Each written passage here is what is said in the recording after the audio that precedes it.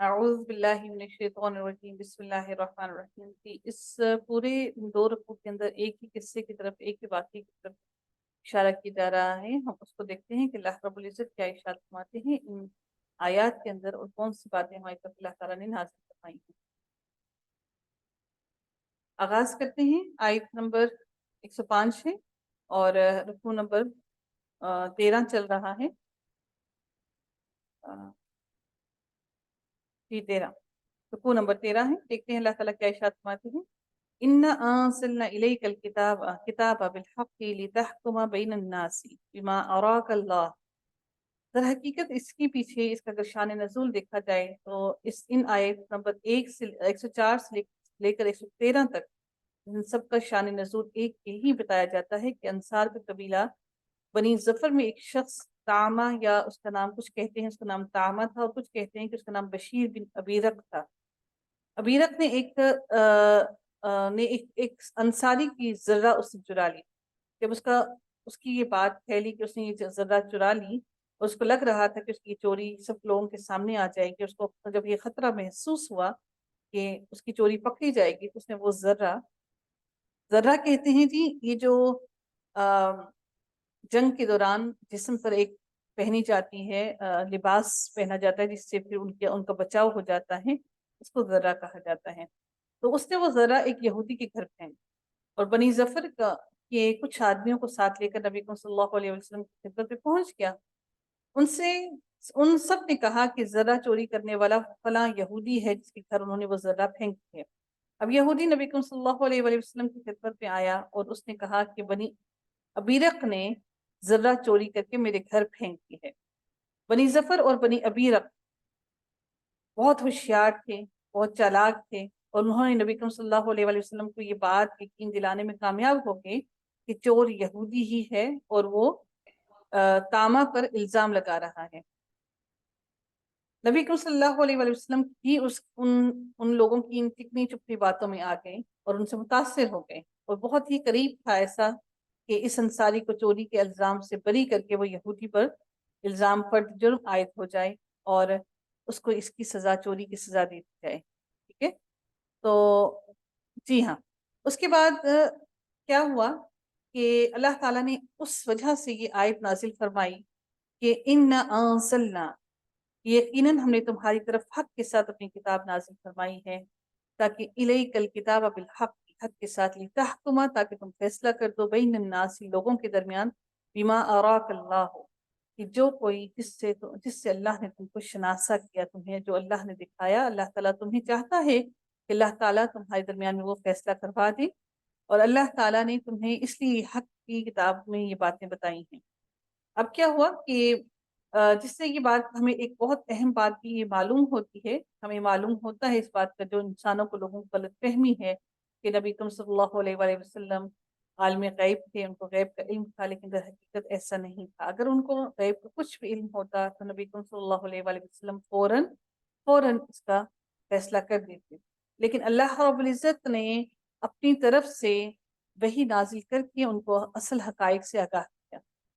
اور اس سے ایک یہ بات بھی معلوم ہوتی ہے کہ اللہ تعالیٰ اپنے پیغمبر کی حفاظت فرماتا ہے، اور کبھی حق کو پوشیدہ رہنے نہیں دیتا، بلکہ جو حق ہوتا ہے اس کو اس کے سامنے کھول کر بیان کر دیتا ہے، اور اس سے ادھر ادھر ہو جانے کا مرحلہ آ جائے، اگر اس حق سے ادھر ادھر ہو جانے کا مرحلہ آ جائے تو فوراً اللہ تعالیٰ اس سے آگاہ کر دیتا ہے اپنے نبی کو، اور اس کی اصلاح فرما دیتا ہے، جیسا کہ اللہ رب العزت نے نبی اکرم صلی اللہ علیہ وآلہ وسلم کی مدد کی۔ یہاں پہ اللہ تعالیٰ ارشاد فرماتے ہیں وَلَا تَكُنْ لِلْخَائِنِينَ خَصِيمًا، اللہ تعالیٰ ارشاد فرماتے ہیں اور خیانت کرنے والوں کی حمایتی مت بنو، کہ آپ ان چکنی چپڑی باتوں میں آ کر ان خیانت کرنے والوں کی حمایتی نہ بنیں۔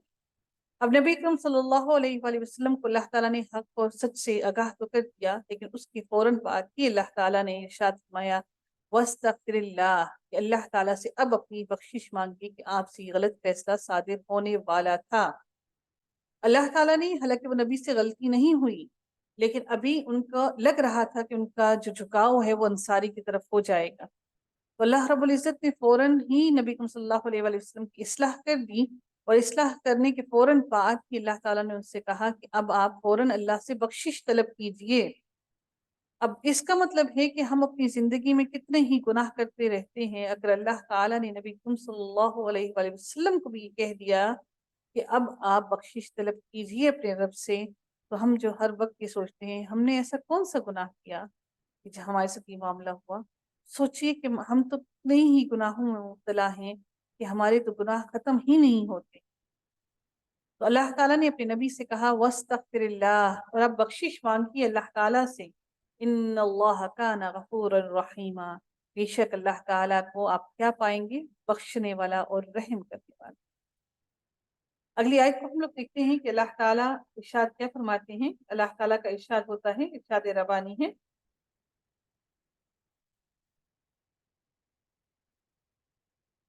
अल्लाह ताला इरशाद फरमाते हैं वला तुजादिल अनिल लज़ीना यख्तनूना अनफुसहुम। अल्लाह ताला इरशाद फरमाते हैं और उनकी तरफ से झगड़ा ना करो, उन लोगों की तरफ से जो कि खयानत करने वाले हैं, उनकी तरफ से उनकी हमायत हरगिज हरगिज मत करो, और उनकी तरफ से बगैर तहकीक किए हुए किसी बात पर फैसला मत कर दो, अपनी तहकीक को मुकम्मल करो और उनकी तरफ से अब झगड़े में हरगिज हरगिज मत पड़ो। नबी करीम सल्लल्लाहु अलैहि वसल्लम ने के लिए इस मामले में नबी करीम सल्लल्लाहु अलैहि वसल्लम ने की एक हदीस आती है जिसमें बयान होता है कि नबी करीम सल्लल्लाहु अलैहि वसल्लम इरशाद फरमाते हैं कि खबरदार, मैं एक इंसान ही हूँ, जिस तरह मैं सुनता हूँ उसी की रोशनी में फैसला करता हूँ। मुमकिन है एक शख्स अपनी दलील और हुज्जत पेश करने में तेज तराज और होशियार हो, और मैं इसकी गुफ्तगू से मुतासिर होकर उसके हक में फैसला कर दूं, और ये भी मुमकिन है कि वो हक पर ना हो, और इस तरह मैं दूसरे मुसलमान का हक उसे दे दूं, यानी कि दूसरे मुसलमान का जिसका हक नहीं था, मैं उस दूसरे मुसलमान को गलत फैसला करके उसको उसका हक दे दूं। तो नबी सल्लल्लाहु अलैहि वसल्लम ने इरशाद फरमाया, इसे याद रखना चाहिए कि ये आग का टुकड़ा है, कि इसकी मर्जी है कि इसे ले ले या छोड़। इस आयत के अंदर हमारे लिए एक बहुत अहम एक सबक है हमारे लिए, वो ये कि हमें चाहिए कि हम अपने बच्चों की तरबियत करते वक्त इस चीज़ का बहुत ज़्यादा ख्याल रखें। मोस्ट ऑफ द टाइम 90% ऐसा होता है कि बच्चे हमारे पास आते हैं और वो इस तरह से बने हुए आते हैं कि हमें समझ नहीं आता कि हम इन दोनों में से कौन से बच्चे के हक में हम फैसला करें। अपने बच्चों को आज ही ये बात सिखाइए कि हमेशा हक और सच की बात करें, चाहे वो उनके खिलाफ ही क्यों ना जाए, ताकि हक और सच के मुताबिक ही फैसला किया जाए। अगर आज वो इस तकलीफ, इस डांट डपट से बचने की कोशिश करेंगे, तो ये आदत उनके अंदर हमेशा के लिए डेवलप हो जाएगी और वो हमेशा ऐसे ही करेंगे। और फिर नबी सल्लल्लाहु अलैहि वसल्लम ने फरमा दिया, फिर कौन चाहता है कि अपने हाथ में इस आग को ले ले। अपने हक में तो फैसला करवा लेंगे और फिर अपने हाथ में इस आग को ले लेने की वजह से अल्लाह ताला उनको पसंद नहीं करेगा, क्योंकि अल्लाह ताला इरशाद फरमाते हैं इसी अगली आयत के अंदर, इन्नल्लाह ला युहिब्बु मन काना खव्वानन असीमा, ये खाइन है, बातों की खयानत करने वाले हैं। तो जो खाइन होता है, वो खयानत जो होती है वो बातों में भी खयानत होती है।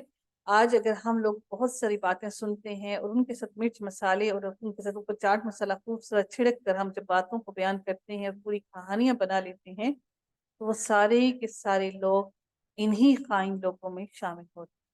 अल्लाह ताला उनके लिए इरशाद फरमाते हैं कि अल्लाह ताला उन लोगों से जो कि खयानत करने वाले हैं उनको पसंद नहीं करता, और ये खयानत बहुत बड़ा गुनाह है। तो इसलिए खयानत करने वालों के तरफ से झगड़ा मत कीजिए।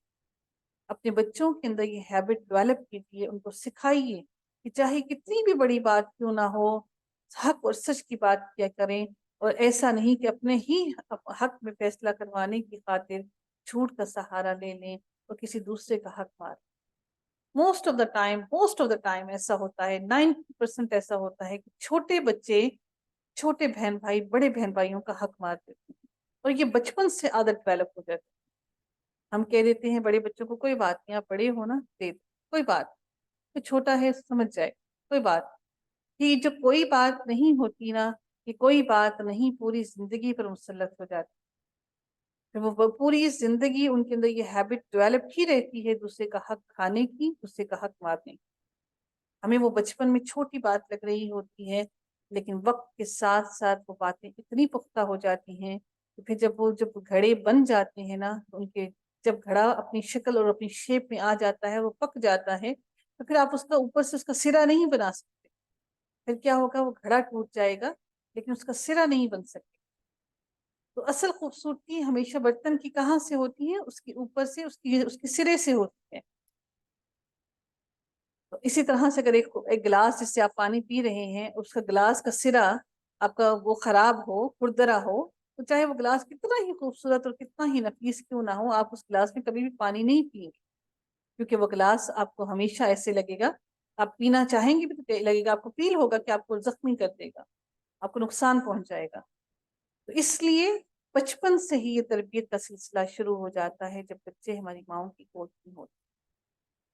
یہ سلسلہ اس وقت سے شروع ہو جاتا ہے، وہ چلتا ہی رہتا ہے. ہم لوگ چاہتے ہیں بچوں کو اپنی محفلوں سے دور رکھیں، ہم اپنی محفلوں میں بیٹھ کے ان سے ہم نہیں چاہتے کہ ہمارے سامنے بچے بیٹھیں اور یہ ساری باتیں ہمارے بڑوں کی باتیں سنیں، کیونکہ ہماری باتیں ہپوکریسی سے پہ ڈپینڈ کرتی ہیں، ہماری باتیں چغلی پر ڈپینڈ کرتی ہیں، ہماری باتیں کسی کی برائی پر ڈپینڈ کرتی ہیں، ہماری باتیں غیبتوں پر ڈپینڈ کرتی ہیں. اس کے علاوہ ہماری باتوں میں کچھ نہیں ہوتا. ہمیں یہ ڈر اور خوف ہوتا ہے، اس ڈر اور خوف میں مبتلا ہوتے ہیں کہ اگر ہمارے بچوں کو یہ معلوم ہو گیا تو بچے تو منہ پہ کسی کے بھی بول جائیں گے سچ بات. اور بچے کرتے ہیں ایسا، تو وہ لحاظ نہیں کرتے، پھر ہم شرمندہ ہوتے. اس لیے ہم چاہتے ہیں کہ بچے ہماری محفلوں میں نہ بیٹھیں.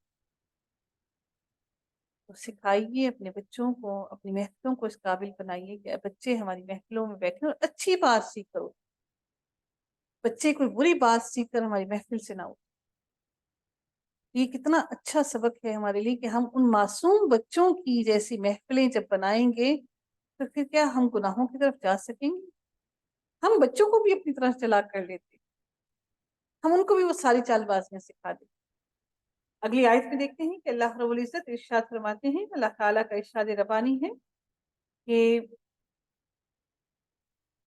يستخفون من الناس ولا يستخفون من الله وهو معهم إذ يبيتون ما لا يرضى من القول. اللہ تعالیٰ ارشاد فرماتے ہیں وہ لوگوں سے تو چھپ جاتے ہیں لیکن اللہ تعالیٰ سے نہیں چھپ سکتے. یہ جو باتیں انہوں نے بیان کر دی، جھوٹی باتیں بیان کر دی، یستخفون من الناس، وہ لوگوں سے تو چھپ سکتے ہیں. وہ سمجھتے تھے کہ وہ نبی کریم صلی اللہ علیہ وسلم کو حق اور سچ چھپا دیں گے، حق اور سچ نبی سے بات چھپا لیں گے. تو نبی کریم صلی اللہ علیہ وسلم کہتے ہیں وَلَا يَسْتَخْفُونَ مِنَ اللَّهِ، اللہ سے تو نہیں چھپ سکتے.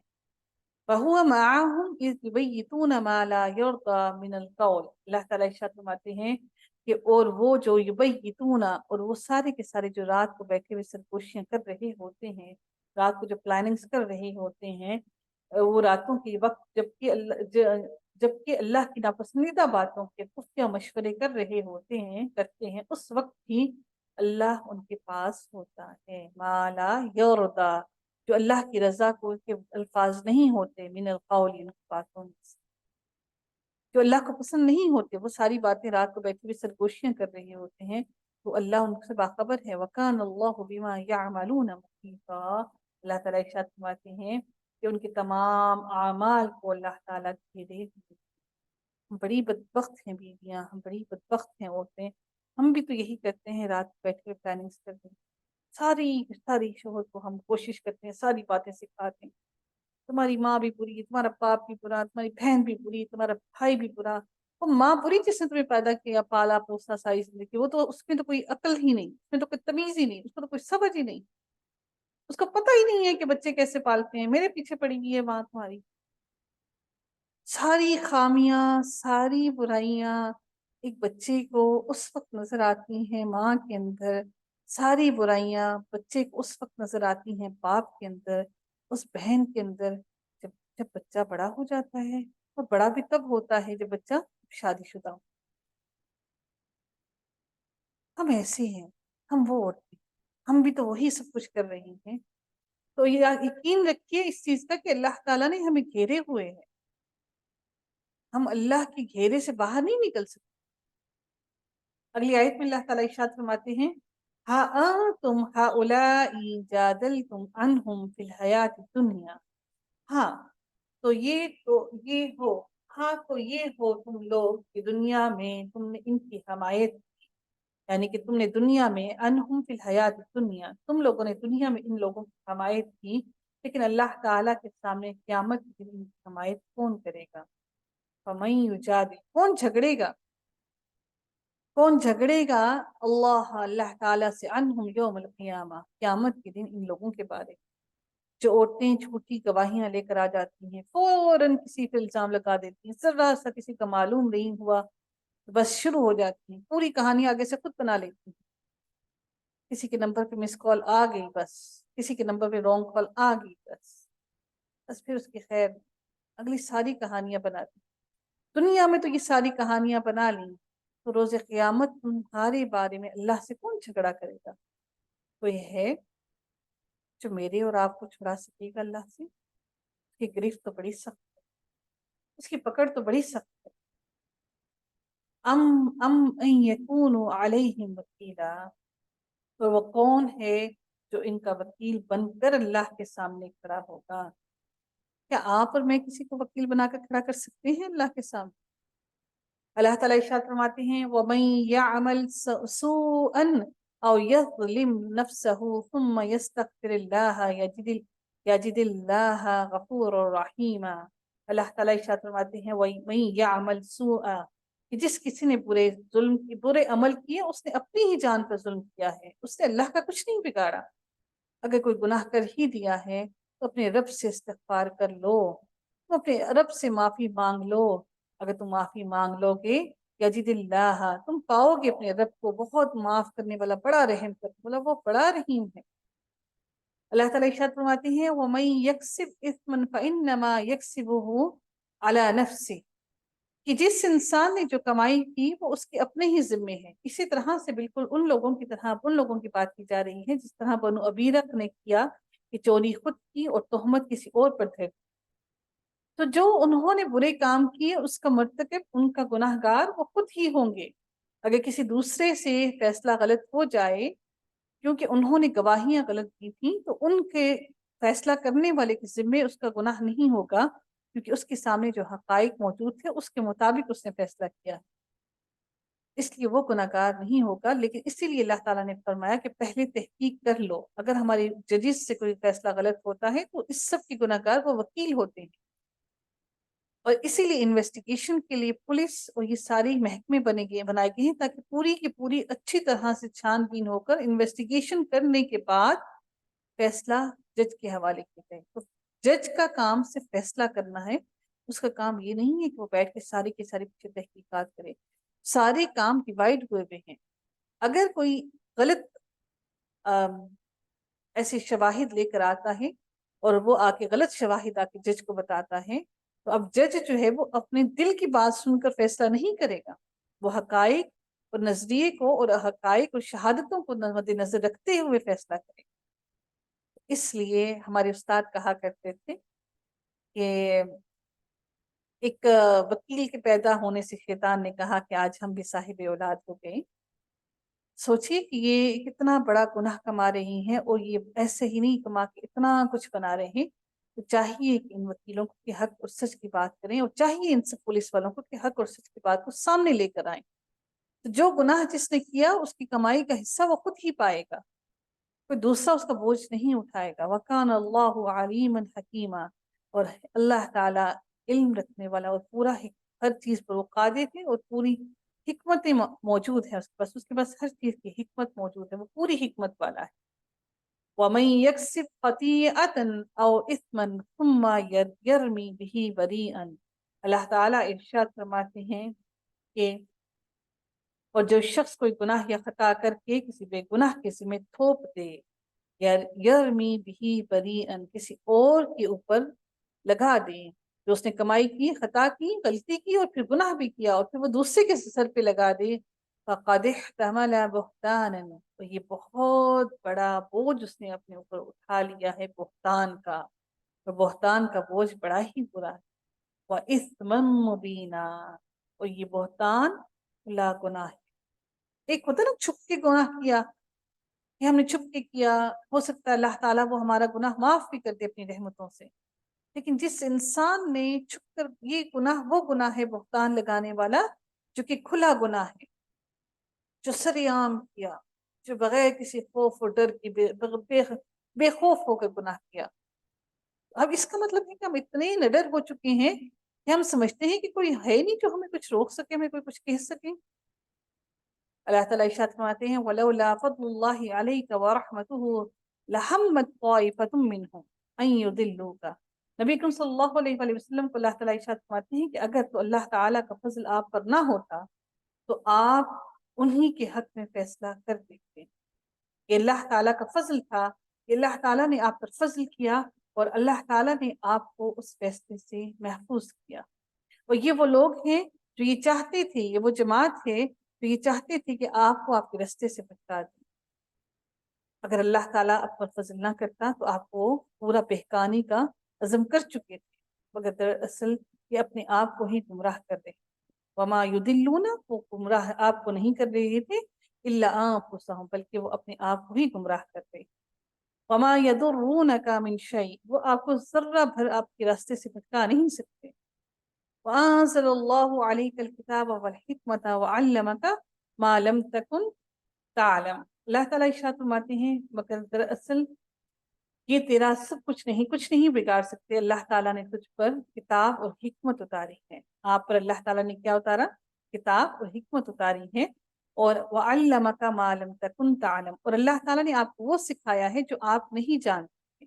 इसका मतलब ये है कि अल्लाह ताला नबी सल्लल्लाहु अलैहि वसल्लम और कोई भी इल्म नहीं रखता सिवाय उस इल्म के कि जो अल्लाह ताला ने उनको अता किया।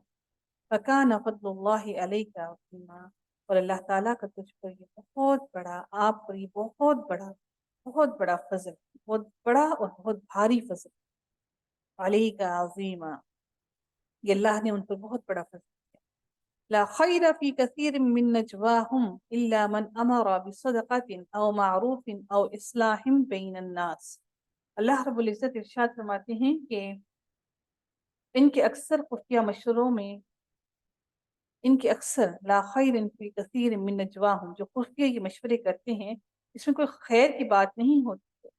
मगर क्या होता है कि हाँ, भलाई इसके मशवरे में है, भलाई उन लोगों के मशवरे में है, उन लोगों की बातों में है, मन अमारा, जो हुक्म देते हैं सदका करने का, या फिर भलाई की बातों करने का, या इस्लाह करने का, एक दूसरे के दरमियान में सुलह करवाते हैं लोगों के दरमियान।